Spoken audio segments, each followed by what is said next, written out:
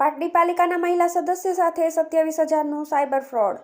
ગઠિયાએ રૂપિયા ખોટા ટ્રાન્સફર કર્યા હોવાનું જણાવ્યું. LICની પોલિસીની રકમ રૂપિયા 40,000 જમા કરાવ્યાના મેસેજ મોકલી વિશ્વાસમાં લીધા બાદ ગઠિયો કળા કરી ગયો.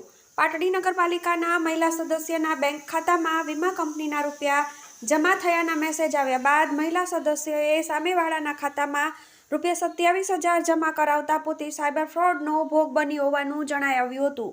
આ મામલે સાયબર ક્રાઇમમાં ફરિયાદ નોંધાવવા સાથે પાટડી પોલીસ મથકે લેખિત રજૂઆત કરી છે. પાટડી શહેરી વિસ્તારમાં રહેતા પ્રતિકકુમાર ઠક્કરના પત્ની તેમજ પાટડી નગરપાલિકાના વોર્ડ નંબર 3ના મહિલા સદસ્ય શ્વેતાબેન ઠક્કર પાટડી નજીક ધાર્મિક સ્થળે દર્શનાર્થે ગયા હતા. ત્યારે કોઈ અજાણ્યા નંબરમાંથી તેમને ફોન દ્વારા સામેના વ્યક્તિએ LICની પોલિસીની મુદત પૂર્ણ થઈ ચૂકી છે અને પોલિસી પાકી ગઈ હોવાનું જણાવી મહિલા સદસ્યના ખાતામાં તે રકમ જમા કરાવવાનું જણાવ્યું હતું અને પ્રથમ વખતના રૂપિયા 10 ખાતામાં જમા કરાવ્યાનો ટેક્સ મેસેજ મોબાઈલ પર આવ્યો હતો. ત્યારબાદ સામેવાળી વ્યક્તિએ ફરી રૂપિયા 30,000 અને 10,000 જમા કરાવ્યાના અલગ અલગ બે ટેક્સ મેસેજ આવ્યા હતા. જે મેસેજ આવ્યા બાદ ફરી વખત તે વ્યક્તિનો મહિલા સદસ્ય પર ફોન આવ્યો હતો અને મહિલા સદસ્યના ખાતામાં ભૂલથી તેઓના રૂપિયા 27,000 જમા થઈ ગયા હોવાનું જણાવી તે રકમ પરત ફોનથી જમા કરાવવાનું જણાવ્યું હતું. આથી મહિલા સદસ્ય શ્વેતાબેને પોતાના ખાતાની બેલેન્સ ચેક કર્યા વગર